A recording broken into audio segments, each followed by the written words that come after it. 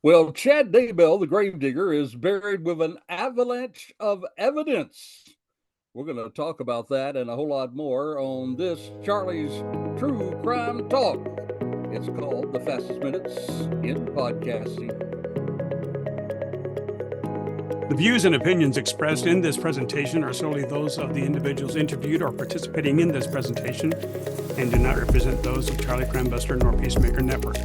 All individuals described or mentioned in the presentation should be considered innocent until found guilty in a court of law. This presentation contains subject matter such as violence and graphic descriptions, which may not be suitable for all audiences.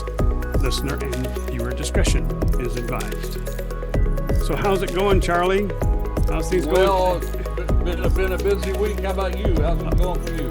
It has been busy, and I have been taking copious notes on everything that's been going on with this trial. It is fascinating, and I think we have a smoking shovel. Yeah, the smoking shovel. Yeah. Well, the gravedigger got buried the last, the last couple of weeks. The evidence is really mounting against him.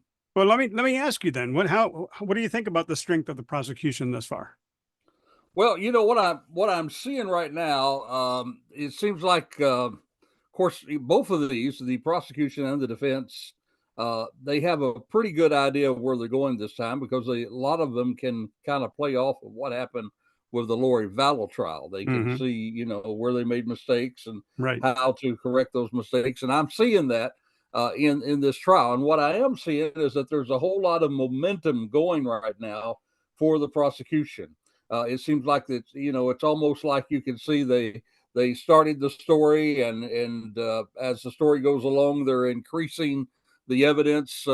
There was a number of people that came to testify over the last couple of weeks that knew Tammy real well and has really kind of knocked that idea in the head of that the defense is trying to say that Tammy had medical problems. Well, the only people that are saying that is Chad, who certainly has a reason to say it, and his children right now, who certainly, they want to support their dad the best way they can. But tons of people who knew Tammy, they know different, and sure.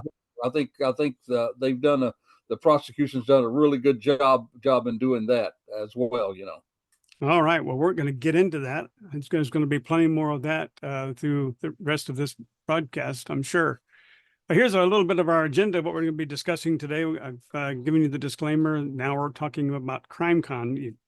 For those of you that don't know what CrimeCon is, I've been reading up on it. I've just got exposed to it, so I'm just going to be totally transparent here. And I did not know it was in Orlando last year, and gravely disappointed that I did not know. But it is in Nashville this year, and May 30th through June the 2nd. And there are some very, very key people that will be there. And we'll be giving you more information about that. We'll be talking more about the Chad Daybell Trial, have our crazy crook story. And we're going to answer some of your questions. We have a lot of subscribers that have been asking a lot of questions here on Charlie Crime Buster. We are inviting you to visit our website. It's charliecrimebuster.com, where we have true crime podcasts. All of our podcasts are listed there. You can also go to our Peacemaker Network. You can support our first responders, law enforcement, and the brave women and men of our military at peacemakernetwork.com. And then our brand new release of our YouTube channel, and the tag there is at Charlie Crime Buster, and you can click on the subscribe button to be a subscriber to our podcast. We're getting plenty of subscribers to date, so we're excited about that, and we're starting to increase our viewership. It's really exciting, right? I mean, we of course, I was pretty well amazed when I saw how many people have gravitated to the Charlie Crime Buster podcast that we do every week when we drop those series on Sundays, and I was amazed to see that grow. But the YouTube channel just seems to be really taking off. I mean, it's like it's like Charlie Crime Buster on steroids. Exactly. It's been pretty incredible to see that. Yeah, it certainly is, and it's exciting. This is exciting times. And we want, Yeah, you and I have talked about we might just turn this Tuesday night Charlie True Crime into live presentations, and yes, yes, I think that's a good idea. I'd like to do that, and maybe invite some of the audience to participate. They can give yes. us texts, and we can respond to their texts and have some Real time, interaction with real this time feedback. great audience that we have, and that way we're going to be giving them real time information as we report on these true crimes. Absolutely, absolutely. Well, we want to thank everyone that is subscribing, and we also want to thank all of our supporters and those that are visiting our website and visiting our podcasts. So thank you so much, all of you. We really do appreciate it. Coming soon is CrimeCon in Nashville. You can go to crimecon.com, and it's an immersive weekend-long event dedicated to all things true crime and mystery. And it's May 31st through June the 2nd. May 30th is actually registration, where you can sign up and get on board, get your ticketing. And that's all on May the 30th. But the actual event is May 31st through June the 2nd. And I'll just give you real quick some names. I'll drop some names that are going to be appearing there. Nancy Grace, Chris Hansen, John Ramsey, the sister to Lori Vallow is going to be there. There's going to be a whole bunch of reporters. The NCIS is going to be there as well as the sheriff of the county there in Nashville. So there's going to be plenty of people, I would say dignitaries, if you will, that are going to be at CrimeCon in Nashville, May the 30th through June the 2nd. And we won't be able to go this year, but we're planning on it next year, right? Hey, yeah, James. One thing I would like to say that CrimeCon, it's going to be held, of course, as you said, in Nashville, Tennessee, Mm-hmm. and that's my home state. I'm a big Orange fan, volunteer. Uh-huh. That's where I did my That's right. the bulk of my law enforcement career there. Uh, so I'm just going to say to those folks that want to go on down to Nashville this year to be a part of it, May the 31st through June the 2nd, if they should get there and if they should need an interpreter to interpret our Southern slang in Tennessee, just tell them to feel free to ring us up, get a hold of us, and we'll help interpret our good Tennessee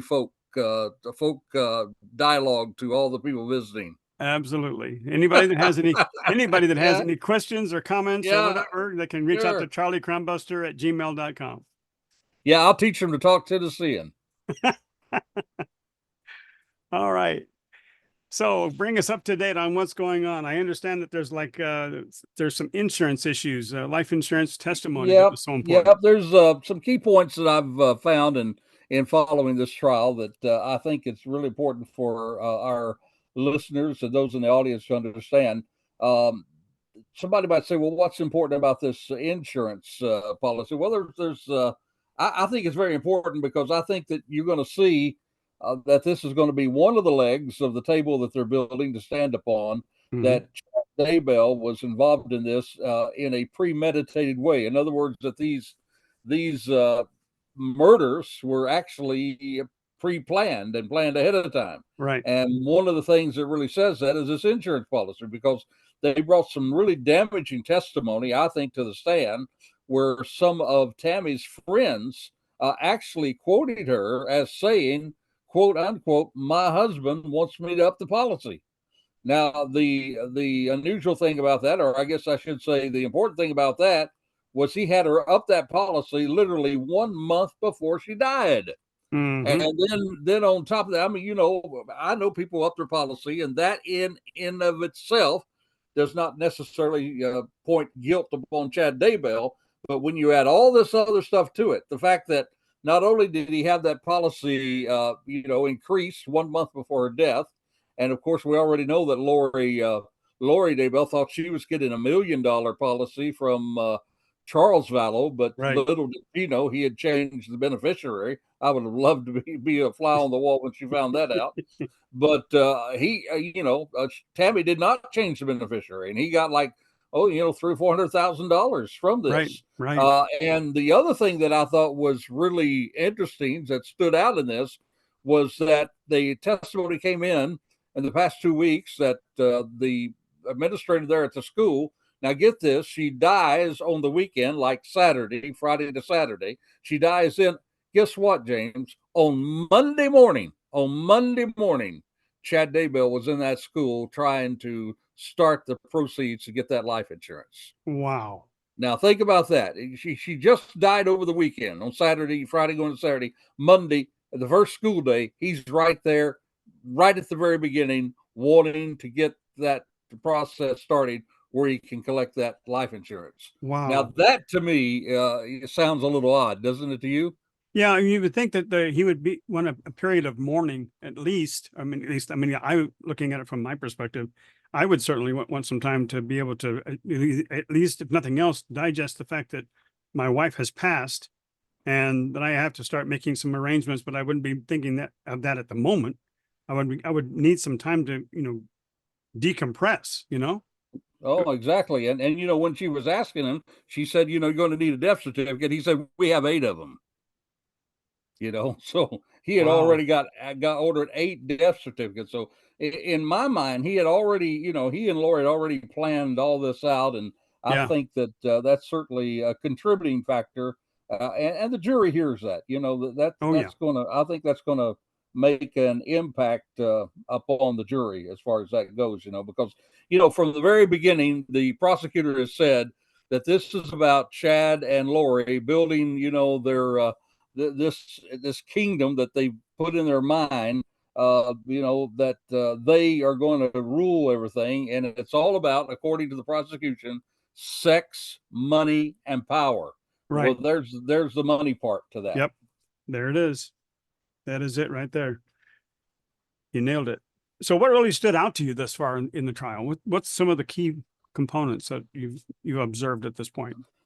Well, I think one of the things that we were talking about strengths. I Mm-hmm. think the strength of the defense has been he's been really very good on his cross examinations, and he's certainly has really taken a shot across the bow to at least try to get the jury doubting whether Chad had anything to do with Tammy's death or not. In Mm-hmm. fact, he was still really trying to bring out things that that she was in bad health, and that she had was coughing through the night, that she had all kinds of problems, and that she had fallen several times, and all of this. But I'm telling you, man, the prosecution knew exactly where the defense is going, and they have brought people who know Tammy, who've been around Tammy.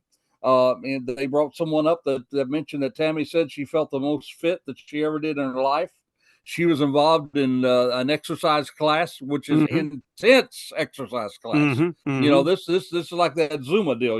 Right. I mean, Right. I probably couldn't last 5 minutes in there, and That makes two of and us.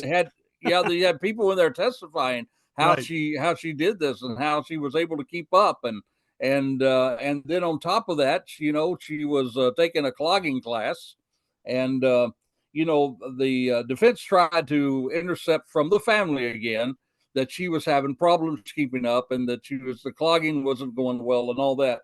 But I think prosecution just blew that out of the water, because the only people at all that are trying to even go in any direction at all that Tammy's in bad health, all are people who certainly have a reason to try to move that way, and that's Chad and his children.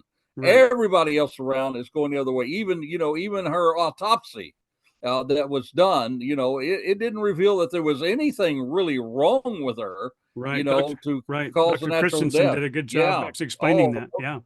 no doubt about it. Mm-hmm. And in fact, that Dr. Christensen, I think, is probably that is the strongest thing. I said last week that the key witness up to that point, I thought, was the young lady, that was so close to Lori, and it's the Gibbs, Melody Melanie Gibbs. Gibbs. Mm-hmm. Yeah, and she was, a key witness, but there's no witness more key right now, I think, in this trial than Christensen.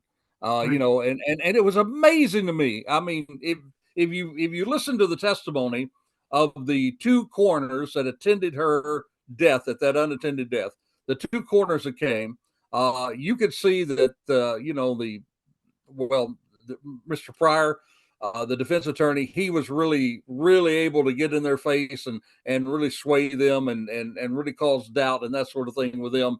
But when this professional gets up, and keep in mind, this coroner did not have a lot of experience. No.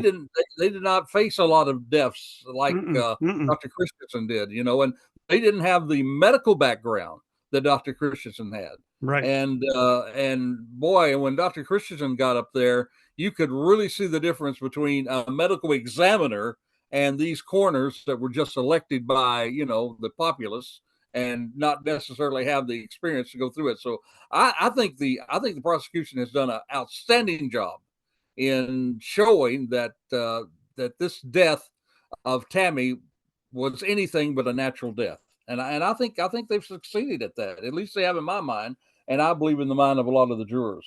What really impressed me about Dr. Eric Christensen was the fact that he actually was there during the exhumation. He followed in his car, followed the hearse to the autopsy center. There was a detailed autopsy. Then he determined that the cause of death was asphyxia and the manner of death was homicide. Yeah, and the other thing, I thought was so good about this, and I really like this. Uh, I think that Dr. Christensen was not only able to provide good evidence, but he was able to actually come across to the jury in a way to train them, Yes. to help them to look like. I mean, he talked about lividity. Yes. He talked about rigor mortis, and then he talked about the cooling of the body. Those three things are very important in checking a body. Anybody that's been around homicide investigations know that, but the jury doesn't. They're lay people, and that was all covered with the coroner. Both of those coroners that they talked to that were local, but none of those coroners. I mean, you can even see where those coroners didn't even know about bruising. They didn't know, how you go under the surface of a bruise, and you can really find out how soon that, to approximate time, not right on the detail, but the approximate time, you can find when that bruise took place. And the other coroners who did not have the experience, and Dr. Christensen said, they were saying, we think that there were old bruises. Well, anybody who has any experience in that knows that you just can't look at a bruise and tell whether it's old or not. Right. But when you cut behind that skin and go down into that skin tissue, then you can find, as Dr. Christensen testified, that these bruises were most recent. They weren't old bruises, which which really opens up something just really, really astonishing. And it kind of blew me away when I thought about it, because I think that Dr. Christensen had a really good go at least suggesting that when Tammy was killed, that it wasn't just Alex Cox that did it, but that Chad was a part of it too, because when he talked about it, looked like somebody had held her down. And there was only one person we know in that bedroom that night, and that was Chad. And the other one we know that was in the area is Alex Cox. So, put that together, and, I'm sure that in the jury's mind, they're seeing all that take place. Yeah, it's just interesting. What really impressed me about the Dr. Christensen as well is the fact that he pointed out the fact that the body was in good condition to where he could actually do the autopsy. There was enough. There was enough It was enough that was preserved there for him to do a very accurate and detailed autopsy. That's what really impressed me about that. Yeah, I think by far he was. At this point, I think in Chad's trial, I would say in Chad's trial that I think he probably is the key witness to tie Chad to the homicide of Tammy Daybell. Right. Yeah, I'm with you there. Well, can we let's take a real quick moment and step away. And do you have a crazy crook story for us this week? Well, I thought we would talk about, one of the things we're doing on Tuesday night is we're just kind of going back and looking at some of the things that we talked about on the previous podcast, which we release on Sunday. As you know, we release these every Sunday. And the crazy crook story that I mentioned last week in the podcast was, I call him the Orange Juice Bandit. Oh yeah. Yeah, and it gave me an opportunity to say something to our audience that a lot of the people have come up to me even after I've mentioned this on podcasts, and they said, "Well, didn't realize that," but I cannot tell you, James, how many times I went to a B&E, a breaking and entering, and I would go take a report as a patrol officer and get ready for the detectives and all that sort of thing. And I would go in there and I would they would go through and would try to find what is missing, what did people steal from you, and it is a terrible thing. I mean, your space has been violated. You know, Right. your kingdom's been violated. It's a terrible thing, and I try to understand that when I'm dealing with them. But everybody has always been amazed when they're looking at things that are missing, and then I say, "Hey, go check your refrigerator," and they'll say, "Well, why should I check my refrigerator?" Mm-hmm. I cannot tell you how many times that these guys go in and they just, for some reason, they can't keep from going over there and Yeah, opening up the refrigerator. And I mean, you think about this at home. We do it often, you we know. You do. go That's by and we true. open that refrigerator, look, see what's in that refrigerator. And not only do these thieves check the refrigerator, but most often they help themselves. They'll fix Sure. a sandwich or this sort of thing. Well, our crazy crook this week, he decided to check the refrigerator, and suddenly he had an urge for orange juice, and so he reached in and he grabbed the orange juice and he took a big gulp out of it, and then he put it right down in the sink. And of course, when he did that, he left his DNA, and as these crazy crooks do, they usually make the mistakes to get them caught. And sure enough, they were able to get the DNA and trace it down to this guy and make an arrest. So our crazy crook this last week is what I call the crazy orange juice bandit. Orange juice bandit. I love it. Yep. I love it. I love it. All right. So moving on again to discuss the current events that's going on with Chad Daybell. What do you think we can expect from the defense going forward? I think that's coming up very soon here. So what do you think is going to go on with the defense? What do you think we have? Well, James, I know that one thing that I'd like to also point out when we get back to it is the fact that uh, when we're watching the prosecution, as they were building this case, I'm seeing right now that they're beginning to move toward back to the bodies of these precious children that were found, Yeah. and it was really sad to hear just recently where they talked about finding Tylee's body and little JJ's body, and how they were, how they were literally dismembered, and Mm-hmm. Mm-hmm. thank God, I believe with all my heart that these children were already dead before their bodies were dismembered. But at the same time, what disrespect, not only would they kill children, but they would mutilate their bodies, and burn them, and Right. and all of that. And I think this is making a tremendous impact. It did made an impact on me as I listened to this. I just, Mm-hmm. it was just sad to hear about what happened, and that's what we've been hearing as of late in the trial. Now, of course, the defense, he's going to have to come back. I think he did an extremely good job at, of attacking the credibility of Melanie Gibb, but I just don't think, he was not able to, I don't think he really laid the glove on Dr. Christensen. I No. mean, this guy No. was professional and right down on it. So I think what we're going to see the defense do when they do take up their part of the case, they're going to really, really try to rally around the fact that Alex Cox did these things. That he's not going to argue that these things didn't happen. He's just going to say that the guy that did it was Alex Cox. He was the protective older brother. He was always taking care of her, and I think he's Yep. going to try to say that Chad was duped in this thing. That Chad was, a shy guy. He wasn't a very worldly man.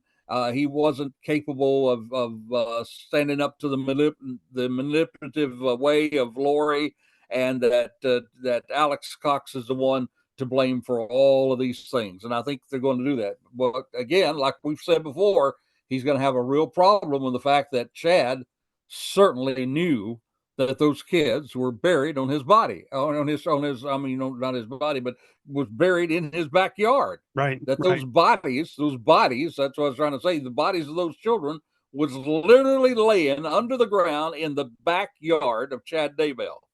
And that's in you can it's indicated when he talked to his wife, and he said that he had been down there burning stuff on that day. He checked the wind, how the wind was going to blow on that day.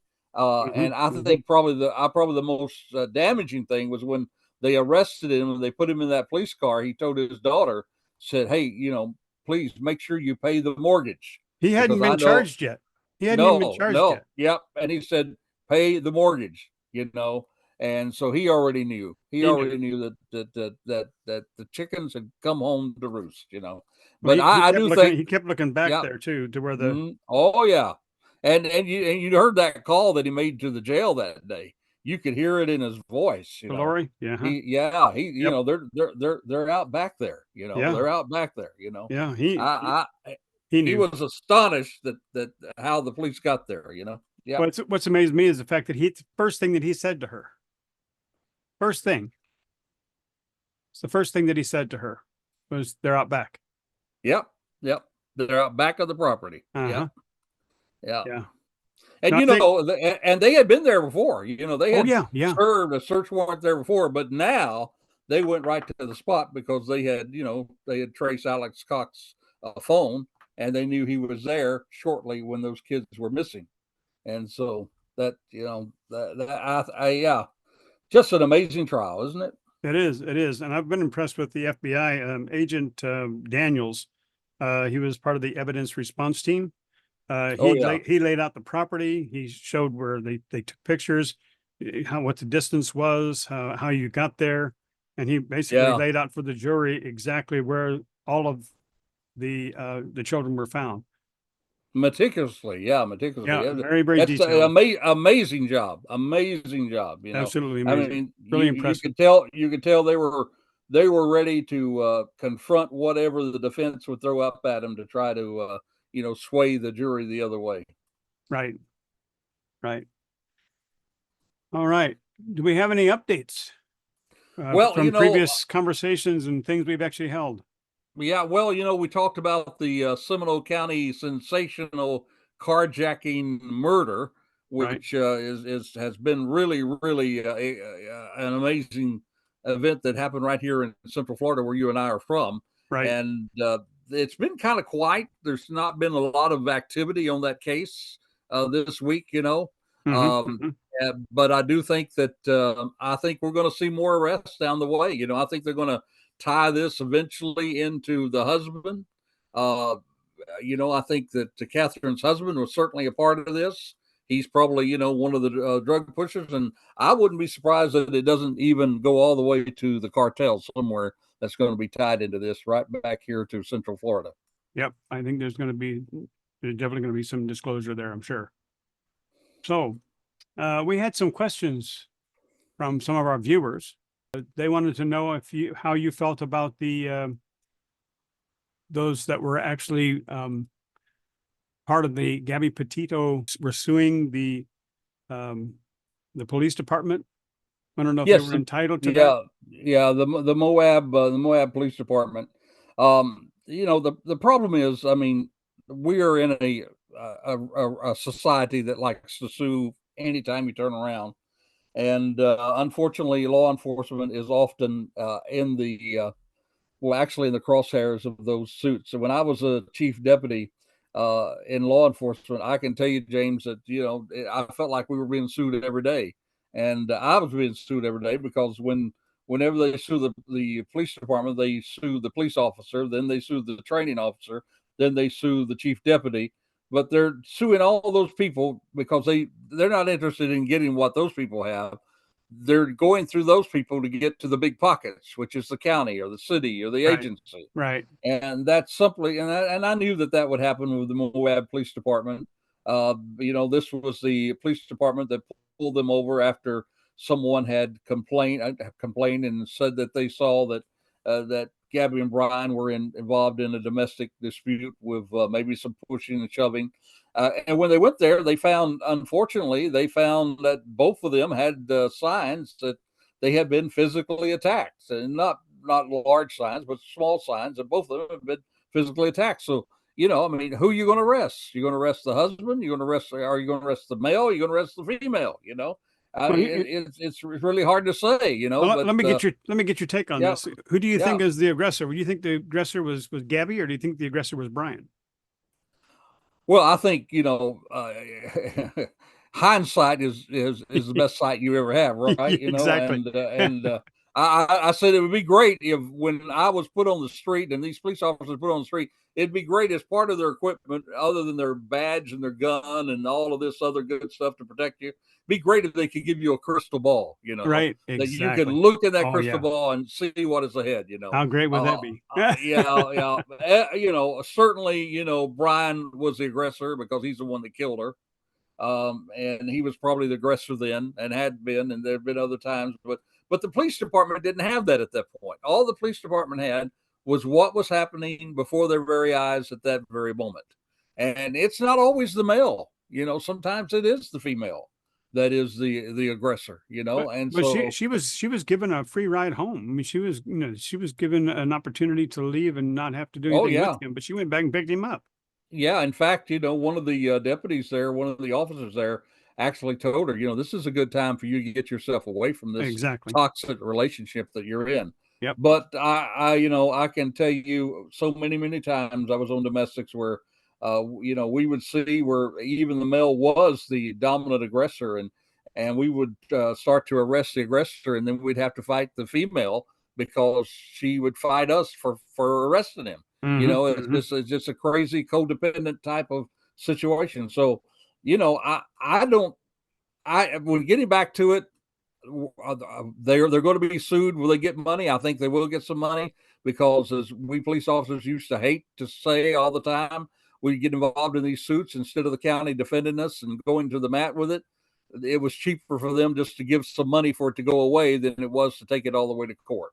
Yeah. So that's exactly what's going to happen in this situation. They're going to settle with something through the insurance, and that's the way that's going to play out. I don't think that the police department was liable, in the fact that I think they did the best they could with what they had. Well, I think we've exhausted some of the comments that were made for this past week. Do you have any parting messages for our visiting friends and our subscribers? Yeah, I would say this, in all these things that we've talked about tonight, I think it's really, really important to be aware of the people that you bring into your own circle of influence. Obviously, Chad Daybell and this cult that they had was a toxic situation. Gabby was in a toxic relationship. Right. And I think we need to be careful. We need to be careful about the people that we allow into our circle of influence, because those people can make some things happen in your life that can be extremely dangerous. So you got to be careful, just like mom and dad used to tell you, be careful about the friends that you pick, because a wrong choice there could mean danger. That's right. So what is it that we say at the end of our show always? We always say thank you for listening, folks. And until next time, be safe, be alert. Yep. For the life you save, it could be your very own. You have been listening to Charlie Crimebuster. You can find additional podcasts at charliecrimebuster.com. You can also support our first responders, military, and law enforcement communities at peacemakernetwork.com, or subscribe to our YouTube channel using tag @CharlieCrimebuster. Even visit our Facebook page, facebook.com/CharlieCrimebuster. Or if you would like to make suggestions for future podcasts, please send your ideas to charliecrimebuster@gmail.com. That's charliecrimebuster@gmail.com. Thank you for joining us today, and we hope that you will join us next week for another exciting crime story with Charlie Crimebuster.